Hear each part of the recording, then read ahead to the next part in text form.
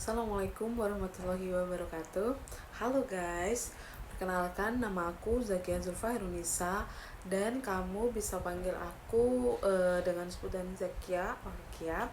Nah, pada kesempatan kali ini sebenarnya aku tuh mau membahas ataupun aku mau membagikan tentang video pembelajaran tentang ilmu kalam. Nah, sebenarnya aku tuh udah nyiapkan sebuah animasi gitu kan, cuman kayaknya agak terkendala gitu. Nah, jadi mungkin di video pembelajaran kali ini aku tuh akan menjelaskan hal ini tuh dengan menyampaikan secara lisan gitu, apalagi terkait dengan ilmu kalam. Nah, teman-teman, jadi kalau kita membahas tentang ilmu kalam itu kan pastinya itu tuh sangat luas gitu ya jangkauannya gitu. Kalian mau membahas tentang di bagian mananya gitu kan. Nah, jadi pada kesempatan kali ini karena aku tuh nggak mau panjang lebar banget gitu, dan aku juga mau menjelaskan tentang hal-hal yang mungkin masih dini gitu, masih awal gitu. Nah, jadi di pembahasan ataupun di video pembelajaran kali ini aku tuh akan membatasi gitu untuk tentang video pembelajaran kali ini. Nah, di sini aku tuh akan menyampaikan, mungkin nanti akan kita bahas tentang apa sih definisi ilmu kalam, terus terus apa juga sebenarnya eh, ilmu kalam itu sebenarnya eh, ada hubungan apa sih sama ilmu-ilmu yang lain. Terus nanti juga kalau misalkan kita masih sempat, kita juga membahas tentang sebenarnya sejarah awalnya bisa munculnya tentang ilmu kalam ini bagaimana gitu. So, untuk kalian yang misalkan kepo nih sama tentang ilmu kalam, bisa simak video aku ya guys. Nah, tadi kita di pembukaan sudah sedikit menyinggung nih sebenarnya apa sih yang mau kita bahas gitu kan. Nah, sekarang aku akan bahasanya tuh ngasih tahu kalian mungkin dari awalnya gitu. Apa sih sebenarnya ilmu kalam itu, ataupun kita akan membahas ataupun masuki sesi tentang perdefinisian tentang ilmu kalam. Nah, mungkin teman-teman tuh kalau misalkan uh, mendengar tentang ilmu kalam berarti itu adalah mungkin mata kuliah ataupun yang berkaitan dengan kebahasa Araban gitu. Kok bisa sih anak tadris bahasa Inggris tapi ada mata kuliahnya ilmu kalam? Itu menarik sih untuk kita bahas. Oke teman-teman, yang kita bahas sekarang adalah sebenarnya definisi dari ilmu kalam itu apa. Nah, ilmu kalam itu bisa disebut juga dengan teologi Islam. Nah, yang mana ilmu yang membahas tentang keyakinan dasar dalam agama Islam. Nah, istilah kalam kenapa sih harus memakai nama ilmu kalam? Kenapa enggak disebut dengan teologi Islam? Sebenarnya itu hal yang sama gitu ya. Cuman kenapa harus merujuk kepada kata kalam itu karena dipilih eh, karena mungkin kalam itu punya metode argumentasinya yang menggunakan diskusi ataupun menggunakan metode diskusi yang logis dan juga harus berdasarkan fakta yang rasional gitu. Nah, ketika kita membahas tentang ilmu kalam, berarti kita dituntut untuk berpikir logis dan juga bertindak secara rasional gitu. Kita tidak boleh terlalu condong ke sini, tidak boleh terlalu condong ke sana gitu ya.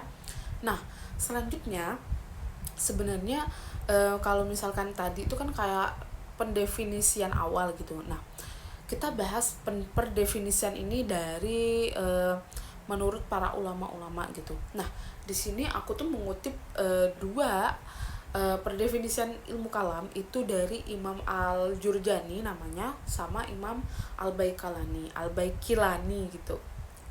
Agak typo gitu. Nah, kalau menurut Imam Al-Jurjani ini, dia tuh menyebutkan bahwa ilmu kalam itu adalah ilmu yang membahas tentang pokok-pokok akidah menggunakan dalil yang rasional dan juga dalil nakli. Nah, seperti yang sudah kita singgung di awal tadi, kalau misalkan menurut Imam Al-Jurjani ini harus berdasarkan dalil-dalil yang rasional gitu. Berarti harus menggunakan dalil-dalil yang memang benar-benar sudah ada, yang benar-benar memang itu terbukti gitu. Nggak cuman hanya sekedar dalil yang mungkin itu bisa mungkin dalil tersebut itu lemah gitu. Nah, Yang kedua ini mengutip dari Imam Al-Baqillani namanya, ya agak susah disebut gitu kan. Nah, di sini beliau itu menyebutkan bahwa perdefinisian tentang ilmu kalam ataupun bahwa ilmu kalam itu sebenarnya digunakan untuk membela atau apa digunakan untuk membela akidah Islam dari pemikiran ataupun serangan dari kelompok lain. Nah, aku sangat setuju sih sama dua pendefinisi ini. Yang pertama itu menyebutkan di Imam Al-Juzani itu dia bilang kita harus punya dalil yang rasional dan juga harus punya dalil yang nakli gitu. Nah, yang kedua Imam Al-Baqillani dia tuh ngomong kalau misalkan adanya ilmu kalam itu digunakan untuk membela akidah Islam dari pemikiran ataupun serangan dari kelompok lain gitu. Karena mungkin serangan dari kelompok lain tuh bisa disebutkan kayak takutnya ini nih dalilnya salah gitu, ataupun oh ini nggak benar, nggak terlalu benar gitu. Nah, jadi inti dari ilmu kalam itu adalah bagaimana sih kita memahami, terus menjelaskan, dan juga bagaimana cara kita untuk mempertahankan akidah kita, keimanan kita, terutama di agama Islam, untuk berpikir ataupun menggunakan logika dan juga dalil, terutama di Al-Quran dan juga hadis. Nah, jadi teman-teman, secara gampangnya itu kenapa ada mata kuliah ilmu kalam. Nah, di sini kita tuh dituntut ataupun di sini kita tuh dikasih paham bahasa genzinya dikasih paham apa sih, kayak diberi ilmu gitu. Oh, adanya ilmu kalam ini membantu kita untuk membela akidah Islam. Jadi biar akidah yang udah kita punya, keimanan yang udah kita punya itu bertambah kokoh gitu. Kan nggak lucu sekelas mahasiswa tapi kalau misalkan adu argumen tentang akidah Islam, apalagi mungkin universitasnya itu universitas Islam gitu ataupun institut agama Islam, nggak bisa nih membuktikan bahwa oh ini nih benar-benar dalil yang real, yang rasional gitu. Oh, ini salah, ini nggak benar, ini palsu nih, apa yang dia debatkan tuh ternyata cuman omong kosong gitu. Nah, jadi mungkin untuk perdefinisian ataupun gambaran umum tentang ilmu kalam itu seperti itu ya teman-teman. Nah, adanya ilmu kalam ini semoga teman-teman itu bisa berpikir secara rasional, bisa berpikir secara logis gitu, dan juga berargumen secara logis juga. Kan nggak lucu apa yang kita argumenkan kepada orang yang mungkin kita debatkan itu salah gitu kan. Nah, tadi kita udah bahas tentang gambaran umum kenapa kita harus belajar ilmu kalam, terus kenapa ada mata kuliah tentang ilmu kalam gitu kan. Nah, sekarang kita bahas nih, sebenarnya hubungan ilmu kalam dengan ilmu-ilmu yang lain itu apa? Karena mungkin teman-teman sudah tahu gitu kan, ilmu-ilmu yang menyangkut tentang keagamaan Islam itu kan banyak gitu. Ada nggak sih keterkaitannya dengan ilmu-ilmu yang lain dengan ilmu kalam ini? Nah, seperti yang udah aku singgung tadi ya, seperti yang udah aku jelaskan tadi, bahwa adanya ilmu kalam itu kan untuk mengajak kita berpikir secara logis, berargumen secara rasional, dan juga supaya kita tidak kehilangan akidah kita gitu. Oh, terus kalau misalkan orang lain gitu ini salah nih, nggak seperti ini. Nah, gimana kita mau memperdebat gitu kan. Nah, oke, sekarang kita masuk ya di part yang mungkin kita akan membahas tentang sebenarnya apa sih kaitannya hubungannya ilmu kalam dan juga dengan ilmu-ilmu yang lainnya gitu. Nah, jadi teman-teman, ilmu kalam itu tidak berdiri sendiri tetapi memiliki hubungan dengan erat dari beberapa cabang ilmu agama. Kayak first specific itu kayak dengan ilmu fikih, terus tasawuf, tentang ilmu Al-Quran hadis, bukan Al-Quran hadis, ilmu tafsir dan hadis, dan juga ada kaitannya juga nih sama filsafat Islam. Oke, kita bahas satu-satu ya teman-teman. Yang pertama, apa kaitannya ilmu kalam dengan ilmu fikih. Nah, jadi kalau teman-teman tahu sebenarnya kalau misalkan mungkin teman-teman memandang kalau fikih itu berhubungan erat nggak sih sama ibadah, tata ibadah, terus muamalah. Nah, sedangkan ilmu kalam itu kayak menentukan dasar keimanannya, keyakinan kita gitu. Jadi ilmu kalam itu memperkuat fondasi keyakinan yang mendasari hukum-hukum fikih gitu. Gimana kalau adanya ilmu fikih nih, terus kita ndak yakin nih sebenarnya ini bener ndak sih dalil-dalil yang udah dikeluarkan kayak di kitab Fathul Qorib ataupun kitab-kitab fikih yang lain gitu. Kalau misalkan kita tidak belajar ilmu kalam, gimana cara kita mau percaya gitu kan? Apalagi dengan adanya perbedaan mazhab yang kita anut itu kan sangat-sangat mungkin kalau teman-teman yang kurang tahu agak sangat membingungkan gitu ya.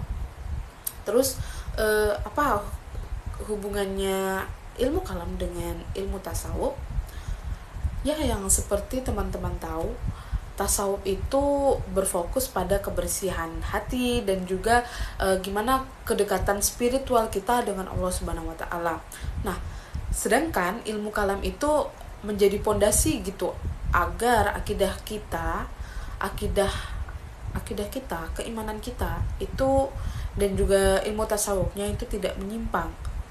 Terus kaitannya dengan ilmu tafsir dan juga hadis. Nah, jadi ilmu kalam itu membantu memahami gimana ayat-ayat mutasyabihat. Nah, agak susah nih disebutkan itu. Kayak tentang sifat Allah, terus agar tidak ditafsirkan secara keliru dan juga punya dalil yang kuat gitu. Nah, yang terakhir, apa hubungannya ilmu kalam dengan filsafat Islam nih? Nah, yang mungkin teman-teman tahu filosofi Islam gitu kan, itu mengajak kita berpikir tentang psikologi gitu kan. Nah, sebenarnya teman-teman keduanya itu sama-sama membantu memahami ayat-ayat mutasyabihat. Bukan mutasyabihat. Keduanya itu sama-sama menggunakan akal. Nah, tetapi kalau ilmu kalam itu lebih ataupun tetap berlandaskan kepada wahyu. Nah, dan juga ilmu kalam itu menyaring filsafat agar tidak bertentangan dengan ajaran Islam. Nah, jadi kesimpulannya itu ilmu kalam itu menjadi pondasi intelektual yang melandasi seluruh cabang ilmu agama Islam. Nah, kenapa ilmu kalam itu penting untuk dipelajari? Nah, seperti yang aku bilang tadi teman-teman, adanya ilmu kalam itu sebagai fondasi agar kita tidak kehilangan akidah gitu, dan juga lebih yakin gitu. Oh, jadi yang aku lakuin itu nggak menyimpang loh. Jadi apa yang udah aku pelajarin itu nggak menyimpang karena teman-teman sudah mempelajari dulu gitu kan tentang adanya ilmu kalam. Yep. Kita tadi udah bahas tentang gambaran umum ilmu kalam. Kita juga udah bahas sebenarnya kaitannya ilmu kalam dengan cabang-cabang seluruh ilmu yang ada di agama Islam itu apa gitu. Mungkin cukup itu dulu ya yang aku sampaikan, soalnya kalau misalkan kita membahas terlalu banyak tuh agak sedikit jelimet gitu teman-teman. Jadi mungkin cukup sekian yang udah bisa aku sampaikan. Mohon maaf kalau misalkan dari penyampaianku itu mungkin kurang jelas dan juga kurang dipahamin gitu sama teman-teman. Dan juga kalau misalkan dari teman-teman kurang memahami, kita bisa berdiskusi lagi secara lanjut dengan adanya gambaran umum tentang ilmu kalam, ataupun kita bisa membahas tentang mata kuliah yang lain gitu ya. Oke, semoga materi yang udah aku sampai ini bisa bermanfaat tentunya bagi aku dan juga bagi teman-teman yang sudah menonton. Terima kasih sudah menonton video aku, dan juga thanks for your attention, and I think That's enough from me. Thank you for your watching, and di penutupan ini aku mengucapkan banyak terima kasih gitu ya sama dosen aku yang udah membimbing aku gitu, apalagi tentang materi ataupun mata kuliah perilmu kalaman ini. Semoga kita selalu disehatkan dan juga dilindungi oleh Allah Subhanahu wa taala. Dan mungkin cukup sekian yang bisa saya sampaikan, dan kurang lebihnya saya mohon maaf. Wallahu muwaffiq ila aqwamit thoriq. Assalamualaikum warahmatullahi wabarakatuh. Dadah.